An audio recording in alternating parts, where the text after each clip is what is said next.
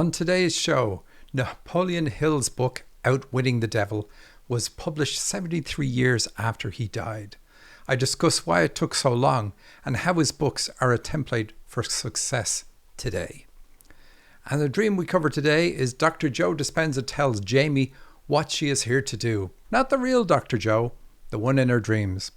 Stay tuned to find out more.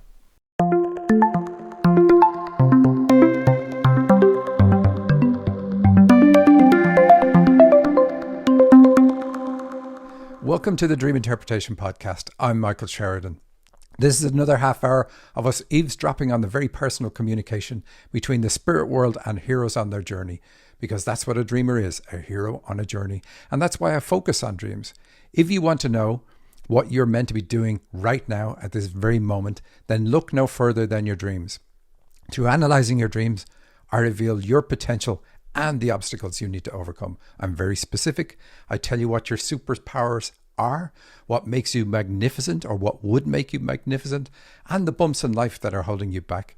These bumps are not in the way, they are the way. To get your dream analysed on my show, go to dream-analysis.com/podcast. Fill in the form and submit your dream to the show, or simply email radioshow@dream-analysis.com. That's all you have to do. I take it from there. If I have questions, I will write to you like I did to the dreamers on today's show. Now, coming up, not tomorrow, not this Tuesday, but following Tuesday, first Tuesday of the month, I have my second First Tuesday free dream clinic. Is that confusing? And it's at noon Pacific time. If you want to join that, you can just go to dream-analysis.com/clinic. But not now, not tomorrow, the following Tuesday, the first Tuesday of every month. On the show, you will often hear me talk about a dreamer getting onto the Dharmic path. The Dharmic path is achieved by healing traumas to overcome fears and raising your vibration to a state where you can hear your higher self and then, vitally important, acting on that guidance. On Friday, I was reminded of this when I read a book written by Napoleon Hill way back in 1938. Have you heard of Napoleon Hill? Well, have you heard of Think and Grow Rich? You've heard of him. Or have you heard of Masterminds? That's Napoleon Hill again. Way back in 1925, in a series of books, he detailed the precise process anyone can follow to overcome limitation and become successful. He was way ahead of his time. His terminology is sometimes different from phrases used today, but he talks about the laws by which the universe gives you what you want. Again, with precise blueprints on how to make it work for you. Napoleon Hill died in 1970, but his books are so relevant they are still in print today. The book he wrote in 1938, however, was not published until 2011. Hill wrote Outwitting the Devil, and it was an explanation of why some were still seeing failure after following all the other steps of his previous two books, including Think and Grow Rich. It is ostensibly about how the devil prevents us from reaching our full potential. His wife, fearing a backlash to the devil's role in the book, caused the book never to be published. When she died 14 years after Hill, the manuscript was passed on to her nephew. Would we finally get it? No! His wife had the same fears, so he held it from publication until after her death.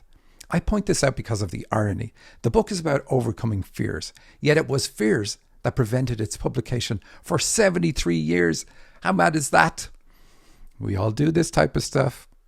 I read it before, but I just listened to the audiobook while travelling from Dublin back to Seattle. There are two narratives in the book. One is Napoleon Hill's, and the other is the editor, who also annotated the book. In my opinion, the book would be better without that second narrative. It could have been saved for a workbook. Keeps breaking the flow. In the book, Hill talks about his other self. This is a wise part of himself that he learned to communicate with. Does that sound familiar?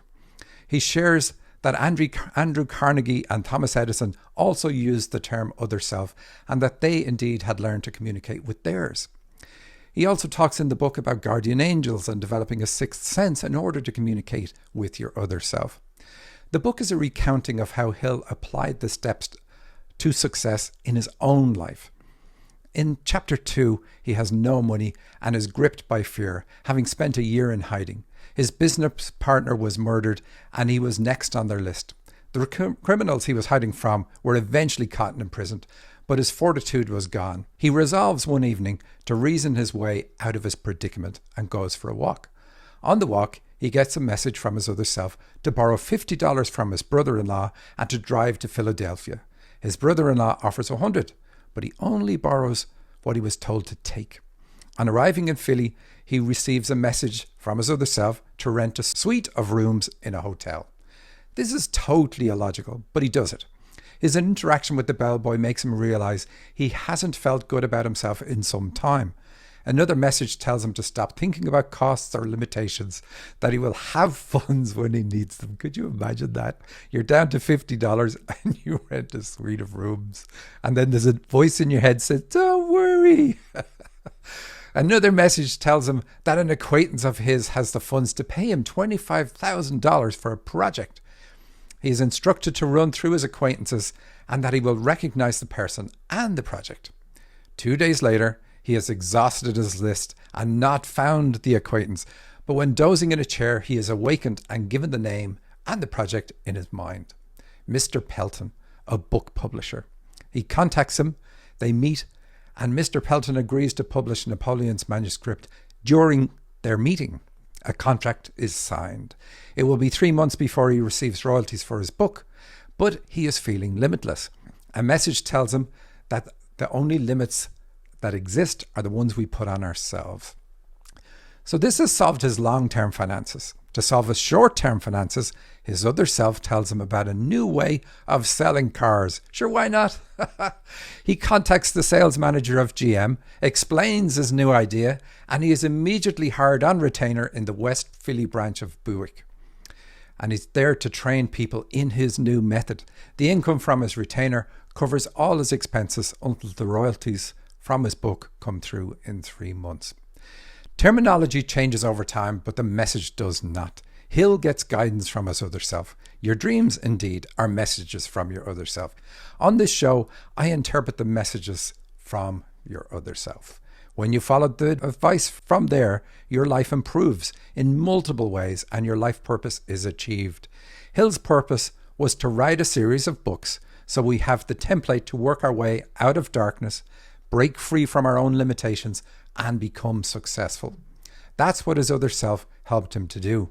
He had to grow through enacting the same process he was writing about.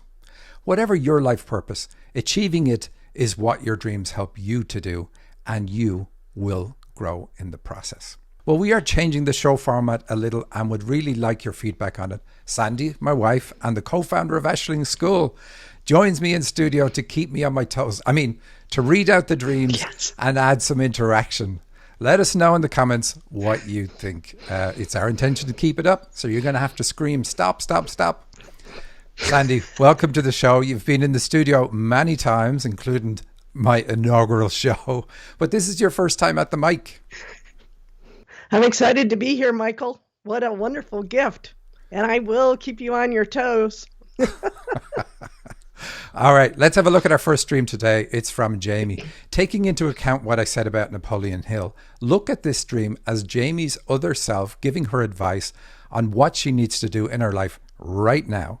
It is advice for today that assures her success if she acts on it. Over to you, Sandy. Wonderful. So the title of this dream is called Mouthful of Gems. Wow, that sounds fun. All righty. The first thing I recall is standing on a large boat with a number of people, maybe about 20 or so, including Dr. Joe Dispenza. Everyone was dressed in business casual. It felt like we were about to have a Dr. Joe lecture or something. He then turns towards me and says, "I left something at the resort," and looked back to shore. We had already been moving away from the dock and boat launch. We were probably a good 50 yards or so from the shore. I immediately walked to the back of the boat and dove into the water. The water was not clean and clear, but rather murky.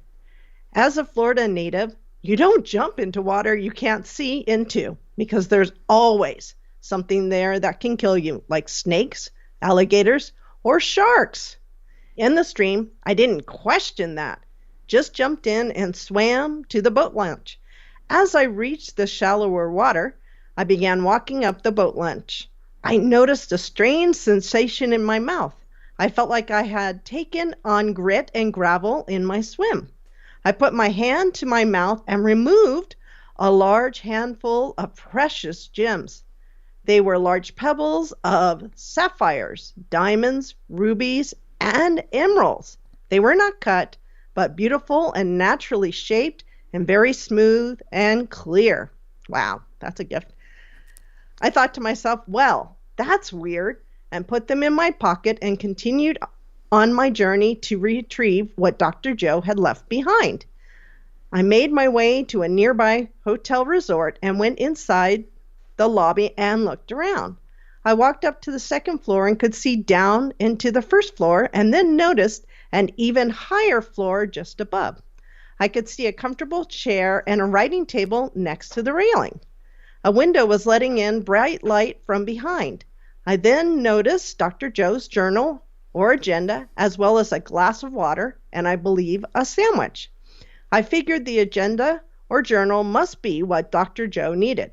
I could not see any way to access that landing. The last thing I recall is approaching the railing and having a feeling of, well, I guess I have to figure out how to get there. I think I might have been considering jumping for it like some kind of action movie. That's a cool dream. All right, Michael, back to you. I'm excited to hear how this dream goes. This really is a good dream. Actually, all dreams are great, but this dream shows the dreamer's willingness to accept the message from her higher self. I just told you about Napoleon Hill and how he discovered and began listening to his other self, guidance from the spirit world.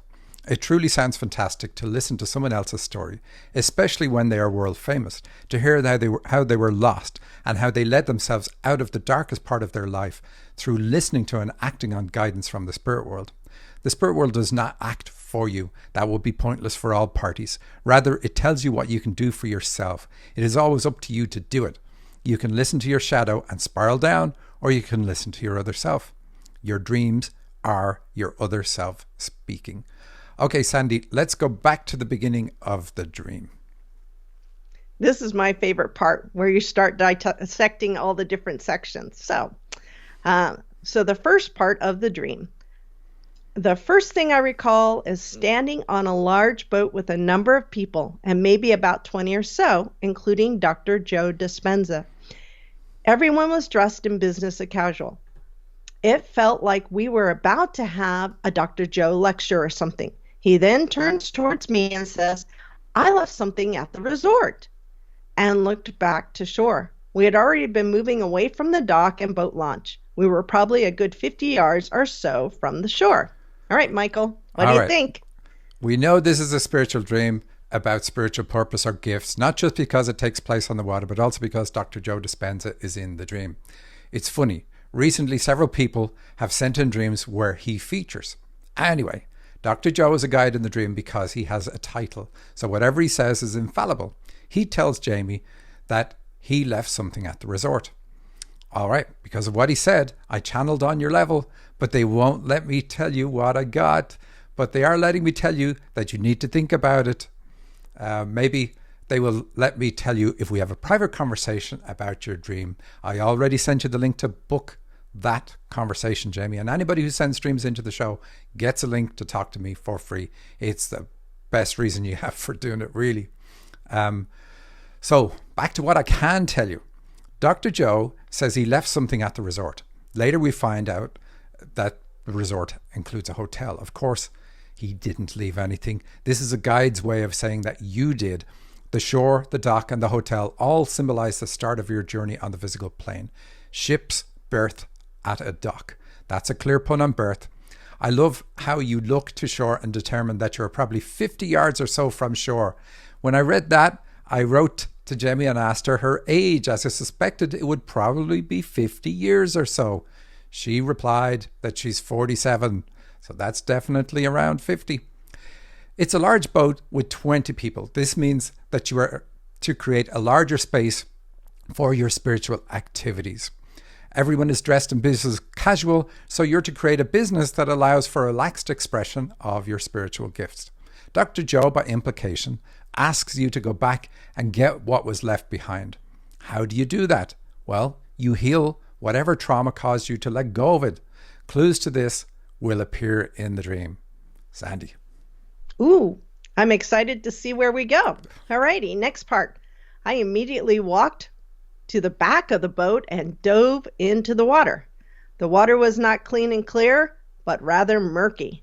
As a Florida native, you don't jump into water that you can't see into because there's always something there that can kill you. Snakes, alligators, or sharks, depending. In this dream, I didn't question that, just jumped in and swam to the boat launch. Wow, that takes guts. All right. I love that you just took action. Anything behind you in a dream is the past. So walking to the back of the boat and diving in to swim to shore, which is even further back, is you going back to your childhood to retrieve what was left behind. Diving in without questioning the danger is superb. We don't usually see this in dreams, but only do it in a dream, of course. The promptness of your action and doing it despite the danger says that you are more than ready to do this. You are not arguing. There is no conflict. You recognize something has to be done and you take action. This reflects your current state of mind. So take action in reality. Don't let this moment of resolve slip by you. The fact that the water is murky means that you cannot see your path that clearly. Wow. Alrighty, more dream. As I reached the shallower water, I began walking up the boat launch. I noticed a strange sensation in my mouth. I felt like I had taken on grit and gravel in my swim. I put my hand to my mouth and removed a large handful of precious gems. They were large pebbles of sapphire, diamonds, rubies, and emeralds. They were not cut, but beautiful and naturally shaped and very smooth and clear. Wow, that's awesome. Shallow water at the boat launch means you are here to deepen your spiritual understanding. Don't take offense. You may already have a deep spiritual understanding, but how much of it is an understanding of yourself versus an understanding of what you have learned? How much is your spiritual expression versus what you have learned to express? This is the time for you to discover your unique gifts and express yourself through them, adding to your body of spiritual knowledge through your own connection to Source, and then helping others with your newfound awareness. Through accepting your purpose, which is acting on Joe's request to find what was left behind, and then overcoming your fears because of that focus, which was given by diving into the murky water and swimming to shore, you take on the courage, which is given by grit in the dream. You now have grit to express your precious gifts. And of course, we know it's that because you discover precious gifts in the dream. Clearly, you have to share this with others through speaking because the gems were in your mouth in the dream. All right, that was excellent. Now, let's continue on. I thought to myself, well, that's weird, and put them in my pocket and continued on my journey to retrieve whatever Dr. Joe left behind. I love this bit. You got back to shore already, so here you are at birth and you've discovered a precious part of your nature is the gifts you share through speaking. But you just pocket these. This is the problem. You are overlooking what you have and complicating the solution by continuing, as you say, on my journey to retrieve whatever Dr. Joe had left behind. Well, what do you think of Dr. Joe? What do you think he is leaving out? Or what do you think could be added to what he does? At one point, you had the answer in your mouth, but you pocketed it. Thinking it is not it.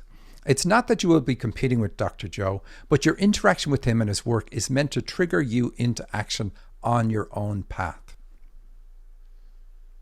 Wow, that's really deep. I wouldn't have gotten that from the dream. That's amazing. Thank you. Now let's continue. So I made my way to a nearby hotel resort, went inside the lobby and looked around. All right, the hotel lobby is another clue as to what you have to do. The issue you need to heal is around reception at birth. And I walked up to the second floor and could see down into the first floor and then noticed an even higher floor just above. Well, you came in as a channel. You mentioned 20 people on a boat at the start of the dream, and here you mentioned the second floor. Both symbolize channeling in this dream. But you see a floor even higher than the second. So you see a level that is even higher than channeling. Come on, Sandy, read on so we know what it is. Are you ready? I could see a comfortable chair and writing table next to the railing. A window was letting in bright light from behind. Oh, is that a clue, Michael? A writing table. So you're meant to write. Being both a writer and a channel myself, it's not that writing is above channeling, but in your case, it has a higher priority. It's harder. When channeling, you could just say what you get. But when writing, you have to check and recheck what you get. You need to get a different level of understanding to write definitively. The window letting in the bright light tells us that your channeled writing is a source of bright light. Indeed, you're everything in the dream, so you are a source of bright light. Your intuition will help you while channeling and writing. Wow, I didn't know that about writing. That's very interesting. Well, what a gift. So this is exciting. All right, I'll continue. I then noticed Dr. Joe's journal or agenda, as well as a glass of water, and I believe a sandwich. I figured the agenda or journal must be what Dr. Joe needed. I could not see any way to access that landing. Interesting. Right. Yeah. You zeroed in on the agenda or journal. What is also on the table is food and drink. Anything on a table in a dream is symbolically what is on the table for you in reality. Your writing will help people heal on a personal level. We know this because the water and sandwich are a source of nourishment for one person. It will also help you, like the way I was talking at the start about Napoleon Hill. Wow, that's amazing. Okay, the last part of the dream. The last thing I recall is approaching the railing and having a feeling of, well, I guess I have to figure out how to get there. I think I might have been considering jumping for it like some kind of action movie. Woohoo! Okay, I love it. Again, you are ready to leap into action. The dream asks you to take a leap of faith and you say yes. The railing is another clue as to the trauma to be healed. You have to overcome your desire for security and protection. That's backed up by having to disregard the threats in the water. In summary, healing the trauma in childhood that inhibits your flow of masculine energy is the key. You don't have to start with writing. You can start with sharing your gifts through speaking. Share your precious nature. Don't hide it in your pocket. Then you will get clues as to what really works for you and what you should write about. Wow, Michael, I really loved how you broke out all the different steps in this and how you made it really, really clear. And the thing that's exciting is at Ashling School, this is what we do. We teach people how to do this and how to be able to fully understand their dreams. So that was amazing. Thank you.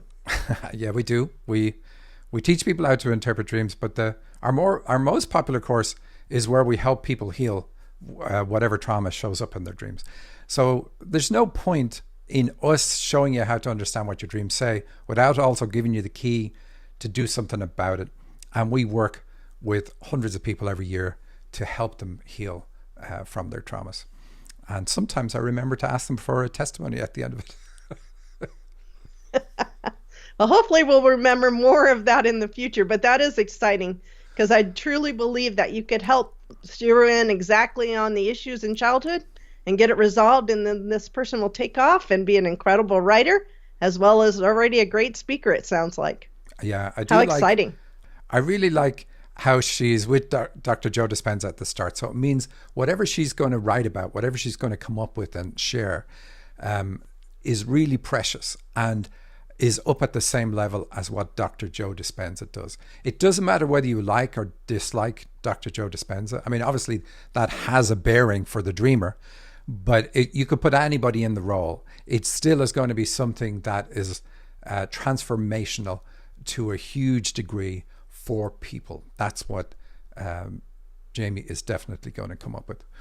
So how did you like playing the role in this, Sandy? I loved it. It was exciting. And I like that I could add in my little comments. Thank you very much. Alrighty. Wow. So that was exciting to hear that dream and to walk through it in such detail, Michael. I really enjoyed that. I love the precious gems, and I love the fact that she's going to be able to step forward and be able to heal and do this type of work. This is what we're all about. This is what the show is all about. This is what I am excited about. Yeah, for sure. Yeah. So of course, we had 2 dreams lined up in the hopper for this week. And Sandy said to me at the start, there is no way we're going to get through 2 dreams. Well, she was right. Again, as usual, I hate to admit it on air. So that's going to be our show. Thank you, Sandy, for joining me in studio. And she promises to do it every week going forward. Yes, I'm looking forward to it. And I want to remind everybody, because sometimes we forget to do this, but I really want to remind everybody that we have our big event coming up October 7th through the 9th. And it's going to be so much fun. It'll be a lot of interaction. We'll have people from the school presenting, as well as sharing testimonials of how they've made it through the courses and how it's changed their lives. And so we are looking forward to everybody going out there and signing up. So in order to find out about our big event, you got to go to www.dream-analysis.com and /free. Now remember, you do have to pay the $97 to get your name on the docket, but we do refund the money in full once you attend even 5 minutes of the event. So I'm real excited about that. Now I'm so looking forward to the content that we're going to share this year. All right, Michael. Yeah, one of the things that we're also going to do this year is give away the recordings to the event for 5 days afterwards. So if you think you can only make part of it or whatever, can't make any of it, but want to watch the recordings, get on the list and you will get the recording. So I think that's a really good idea this time. Also, do remember, join my interactive First Tuesday clinic, not tomorrow, but next week. And to get to that, go to dream-analysis.com /clinic. That'll give you all the details. See you next week. All righty. See you next week. This was awesome. Bye. Bye.